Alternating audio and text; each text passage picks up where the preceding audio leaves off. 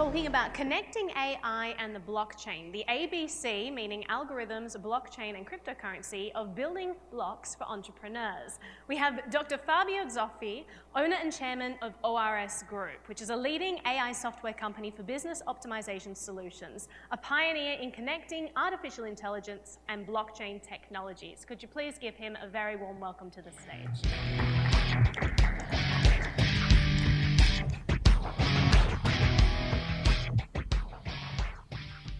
Good afternoon, or good morning, or good day, gentlemen, or ladies and gentlemen.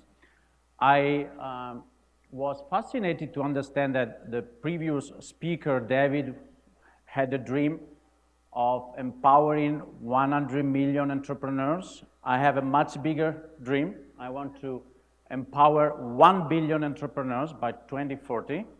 I not only have a dream, I have a vision, I have a mission, and I have a plan, an operational plan, because execution is key. Dreams are not enough. So I know that you would like to be grabbing a coffee, so I'll ask you to give me 50 minutes of your attention. I'll promise you, you will like that. We have a surprise for the crypto community. Our company is an established artificial intelligence company, and we have a contribution to the community, which is we are opening up over 1,000 proprietary algorithms for almost any business model, any value chain, to be combined with blockchain. We have an existing global customer base who are interested in solutions with artificial intelligence and blockchain and maybe cryptocurrency together. And we have a network of value-added resellers, big company. So that's our gift for the industry. I'm the chairman of the ORS Group. ORS Group is a software company, an established software company selling globally, founded in Italy with presence now in different countries and very soon, hopefully, in Korea too. And what we do, we develop and sell software solutions based on algorithms. We model processes of value chains. We connect all the ERP system from SAP to all the S400. We get the data, and we optimize the value chain. We have over 100 developers and scientists. Cross-industry, cross-processes. We started 20 years ago, so we had plenty of time to work with different customers in different industries, from manufacturing to distribution of energy, telecom, financing, and have a look then on our webpage. So let me give you two examples of what we do. For a $10 billion company, our software takes the data out of SAP, and we give command back to SAP, so we do automation if our customer wish that, and we decide in real time the distribution of 20 million items every year to almost 300,000 customers out of 200 distribution centers and inventories. And in doing this, what we achieve for them every year, we cut inventories by half, so we save them 150 million euro, $200 million US. So that's why all the companies globally are going for these kind of solutions. Another example for a US fashion company, we are recovering now with our new algorithm, which is called BAGA, buy anything, get anywhere, lost sales. So imagine a customer entering a retail shop, is asking for a t-shirt, the t-shirt is not there, okay, how do you fix that in real time? Where do you get the goods from? And we do very sophisticated calculation, like what's the likelihood that another shop where the goods might be available, you don't want to take out of that shop because you might disrupt their assortment. So that shop is going to sell anyway. So the algorithms are deciding this in real time. I'm used to call ORS a Legoland, or a place where you can play with all these pieces of technologies we're making available, and so play with us is the message for you today. Part of our team, the company was founded by Professor Riva, a PhD in operational research, which is the science of optimization. That's our vision, and let's see how we want to do that. So what's the issue we are solving? It's all about efficiency in business, and not only in business, which means you try to use the minimum amount of resources of input to increase the maximum amount of output, of course. And because the universe is efficient, no, it tends to conserve energy. If you work in business like the universe, well, you know, you're going to be successful. You take any value chain, no matter whatever you do, B2B, B2C, B2G, any value chain is composed out of three key flows. Free of goods and services, flow of goods and services, flow of information, and flow of money. And the question is, how can these three technologies, by the way, it's very interesting that they are called ABC, no? Algorithms or artificial intelligence, blockchain, and crypto. How can they be helpful in increasing the total amount of efficiency you can extract out of a value chain? If you have in a value chain just a centralized organization, it's very easy. You decide. And you can theoretically move goods, information, and money as efficiently, as fast as possible. If you are in a decentralized value chain, well, that becomes trickier because you can these days use artificial intelligence algorithms to move the goods.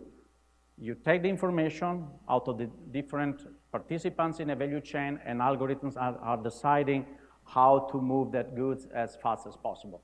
But because information are not shared among independent, decentralized participants, it's very cumbersome to use that information or even to move money. So you have trillions lost in value.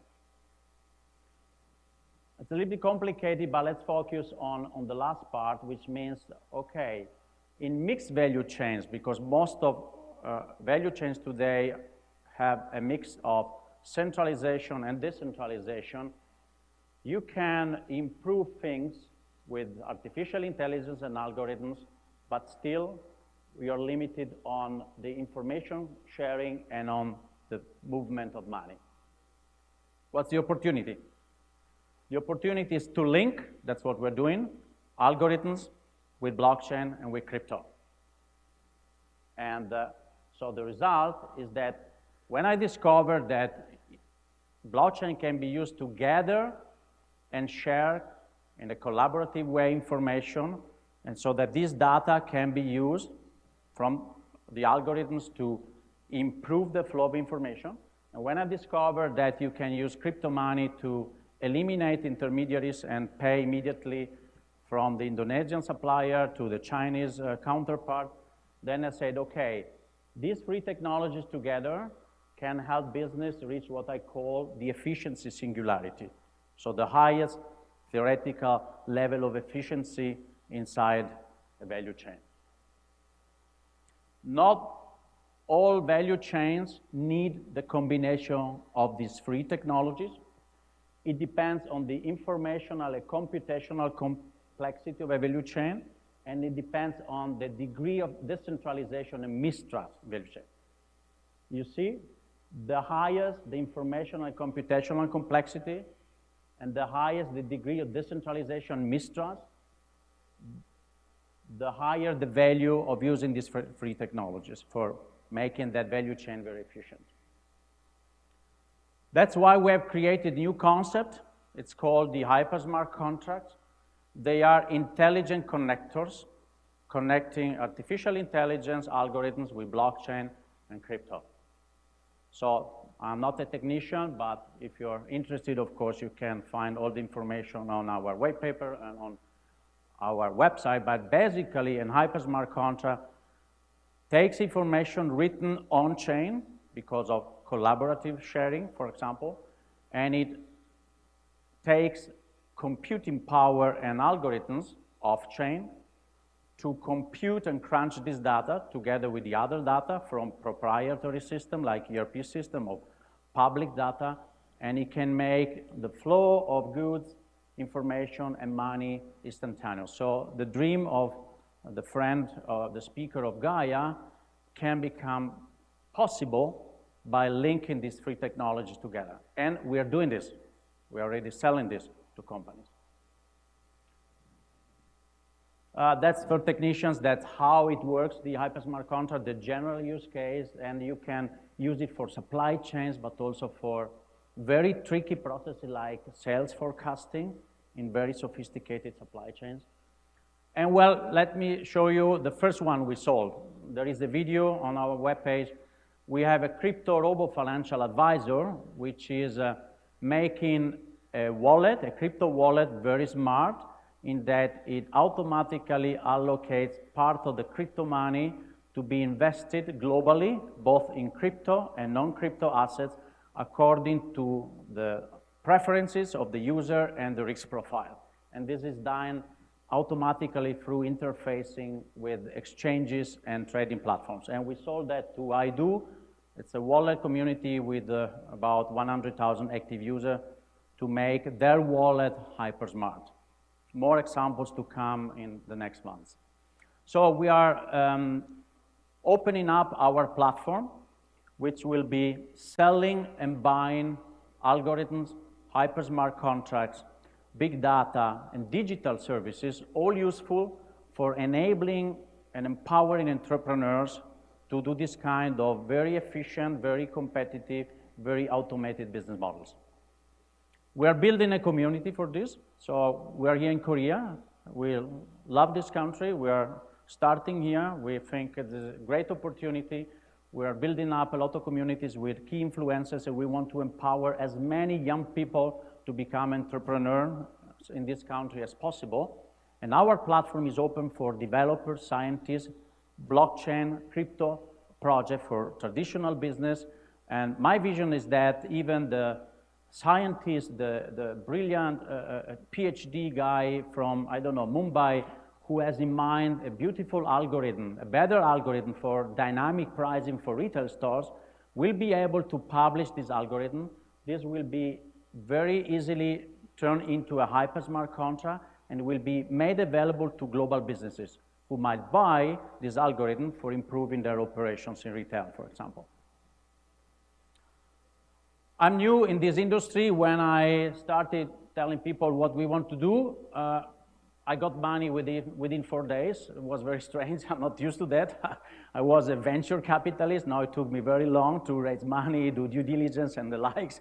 So I was fascinated. And then also I discovered that we can use the ICO not for collecting more money. We don't really need more money, but for creating a global community.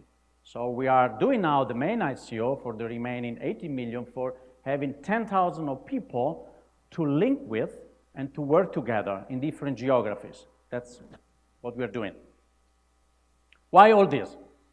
Now you're going to listen to the part which really excites me. Okay, why I'm doing this? I'm a businessman. I'm called the merchant of Venice. I come from Venice. I've been living in Germany for. Oh, that's too early for you. Sorry.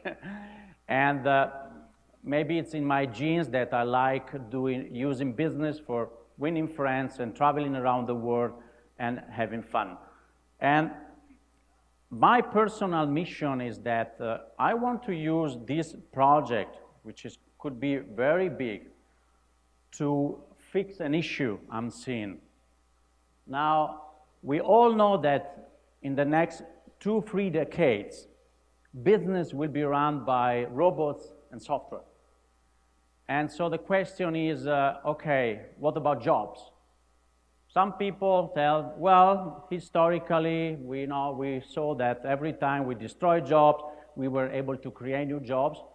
I think this time is different because new jobs will be for scientists, for biologists, for quantum physicists, for people able to manipulate math, okay? And I'm telling my children that they should become scientists. I'm not really sure that this is going to be the case. So I have an alternative for helping them. In a society with this problem, what's the solution? What we're going to do with billions of people without jobs? If you listen to politicians, they are proposing basic income, citizen income. Personally, I don't like it. I don't want billions of people depending on public money. I think it's not going to work. If you listen to Bill Gates, he's proposing to tax robots. I think it's not going to work because we were not able even to introduce a global financial transaction taxation. So we could have two scenarios. the dystopian one and the utopian one. The dystopian one means that in 20, 30 years from now, the 0.0.11% of the population are going to be extremely wealthy, much wealthier than today, are gonna live like gods, and everyone else, no, like in the movies, we're living below the earth with robots feeding and controlling us. Stephen Hawking is very worried. He thinks that because human nature is very selfish, we are not gonna have the sharing of the productivity gains by the owners of the robotic plants. And 100 years ago, John Maynard Keynes, one of my favorite economists, wrote a very nice booklet, a genie, this guy, something like the future of our grandchildren. And he saw that we could experience the terrific fruits of capitalism in having plenty of leisure time, and then having technologies to satisfy all the basic needs, okay? I'm more a friend of Mr. Keynes in his vision, but how can we make that happen? How can we avoid too much concentration of power so that, you know, and my solution is that if we enable billions of people to become entrepreneurs, because entrepreneurs are financially independent, entrepreneurs are free in their mind and their spirit, tiny, small entrepreneurs, coordinated through technologies, these entrepreneurs, this global population, this vast network, they are going to change society from the bottom to the up. They are going to want to have different social contracts, and they will vote for different politicians very easily. So that's my dream. I want to use business. I think there is a third way, which is use business to create a planetary network of entrepreneurs, and this is a measurable goal. I want to work with all the people who would like to have fun and work on this project together. Thank you.